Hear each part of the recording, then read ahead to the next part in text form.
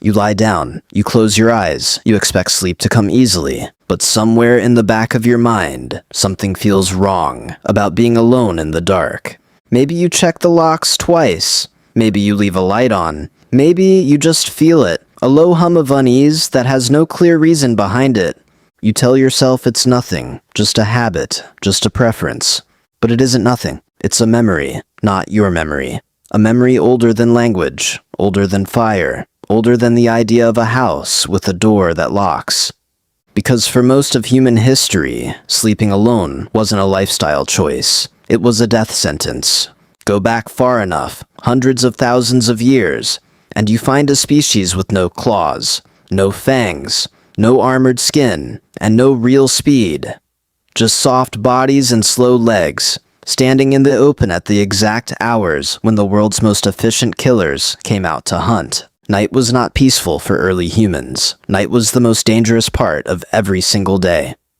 And when the sun went down, there was no safety in numbers unless those numbers were physically close together, not spread across separate rooms, not tucked into private beds. Together, shoulder to shoulder, breath to breath. Sleeping in a group wasn't cozy. It was a survival system. Here's the part most people never think about. Sleep itself is dangerous. For an animal, unconsciousness is the single most vulnerable state there is. You can't see danger coming. You can't hear as sharply. You can't run. For a few hours every night, every human on Earth simply switches off. Blind, deaf, and defenseless in a world full of predators that never stopped hunting. So evolution had a problem to solve. If sleep is mandatory and sleep is dangerous, how does a species survive it? The answer wasn't better eyesight. It wasn't stronger bodies. The answer was each other. A sleeping group could do something a sleeping individual could not, stagger its vulnerability. While some slept deeply, others stirred, shifted, half woke at small sounds. Humans didn't evolve to fall into one long, undisturbed block of sleep. Researchers who study small-scale, hunter-gatherer societies today, communities that still sleep in shared, open spaces, have found their sleep comes in irregular bursts throughout the night. Not one smooth 8-hour stretch. That fragmented pattern isn't a flaw. It's a feature. Someone is always slightly awake. The group, as a whole, never fully goes dark. This is the part that should stop you for a second. Your instinct to feel uneasy sleeping completely alone isn't some random personality quirk. It's the leftover architecture of a species that survived the night through numbers, not solo strength. But here's where the story gets stranger, because at some point, someone had to break that pattern. At some point, for the first time in the history of an entire species, a human being slept without the group. Maybe they were exiled. Maybe they were separated during a hunt gone wrong.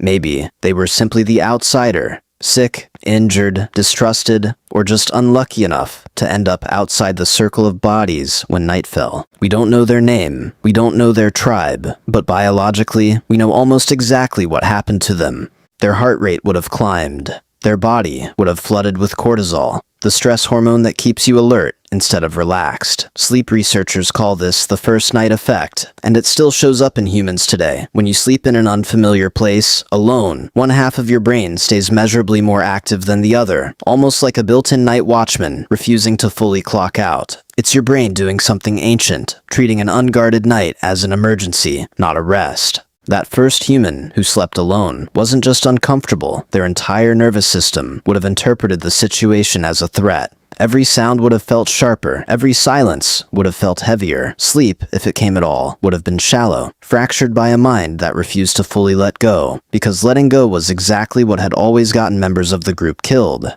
And this is where the story stops being about one person and starts being about all of us. Because that stress response never disappeared. It didn't fade out when humans built walls, or invented doors, or started sleeping on raised beds instead of open ground.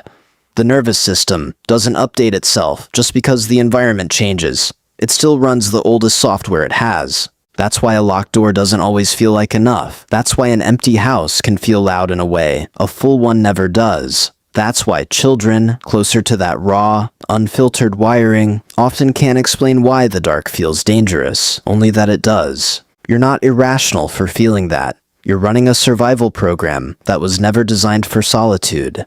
It was designed for a world where being alone at night usually meant something had gone wrong. Now here's the connection that changes how you see modern life. Think about how strange it is, historically speaking, that most humans today sleep in a room by themselves. For nearly the entire existence of our species, that would have looked less like independence and more like abandonment. And yet, somehow, in the span of just a few thousand years, a blink, evolutionarily speaking, we built entire societies around solitary sleep. Private bedrooms, locked doors, silence expected to feel safe instead of suspicious.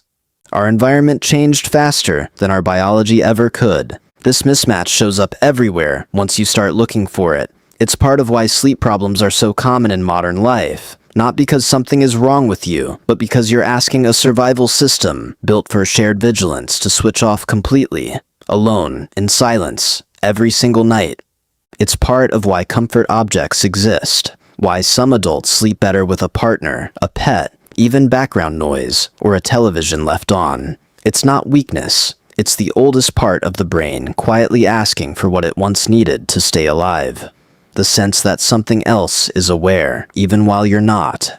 And it's part of something even bigger, the way humans build community at all. Because if the first isolated human taught our species anything, it's this. Humans were never supposed to survive the night alone. Cooperation wasn't a nice bonus feature of being human.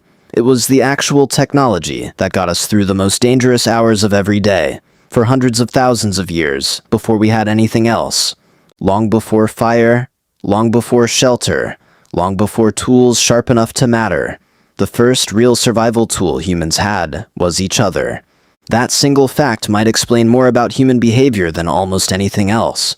Why isolation feels heavier than logic can justify. Why belonging feels less like a preference and more like a requirement. Why humans, even now, in a world full of locks and alarms and reinforced walls, still sometimes lie awake at 2 a.m. feeling like something is missing, without being able to name what it is. It's not paranoia, it's memory. Somewhere back in the dark, one human being learned what it meant to face the night without anyone else watching. Their body panicked, their mind refused to rest, and in some small, quiet, biological way, every human born after them inherited that same warning system. You don't remember that person, you'll never know their name. But every time the dark feels a little heavier when you're alone, some ancient part of you remembers exactly what they went through. The world doesn't feel dangerous at night because you're broken. It feels that way because for most of human history, it actually was.